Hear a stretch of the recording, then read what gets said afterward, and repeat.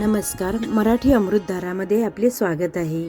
आजच्या लेखामध्ये मी तुम्हाला सांगणार आहे, हनुमानजीची मूर्ती नेहमी शेंदूर चर्चित का असते.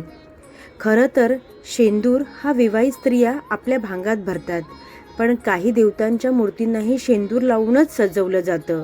गणपतीच नव्हे तर हनुमानाची मूर्तीही शेंदूर चर्चित असते. बहुतांश मारुती मंदिरात हनुमानाच्या मूर्तीला शेंदूर चढवलेला असतो. संपूर्ण मूर्तीला शेंदूर फासण्याचं कारण काय आहे हे आपण या लेखामधून जाणून घेऊया. हनुमानाला शेंदूर एवढा का प्रिय आहे याचं उत्तर रामचरितमानसमध्ये मिळतं. एकदा हनुमानाने सीतेला आपल्या भांगात शेंदूर भरताना पाहिलं. या गोष्टीचं हनुमानाला खूप आश्चर्य वाटलं. असं शेंदूर लावण्याचं कारण हनुमानाने सीतामाईला विचारलं. त्यावर सीतामाई उत्तरल्या, माझे पती श्रीराम यांच्या दीर्घायुष्यासाठी मी हा शेंदूर भांगात भरते. धर्मशास्त्रानुसार असा शेंदूर लावल्याने आपल्या स्वामीचं आयुष्य वाढतं, त्यांना कुठलेही विकार होत नाहीत.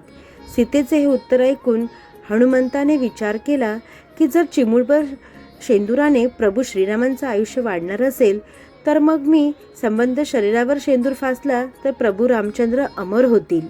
याच विचार करून बजरंगबली हनुमानाने आपल्या संपूर्ण शरीरावर शेंदूर चढवण्यास सुरुवात केली आणि त्यामुळेच हनुमानाला शेंदूर चढवण्याची पद्धत निर्माण झाली. हनुमानास शेंदूर चढवणं हे श्रीरामांचंच पूजन मानलं जातं.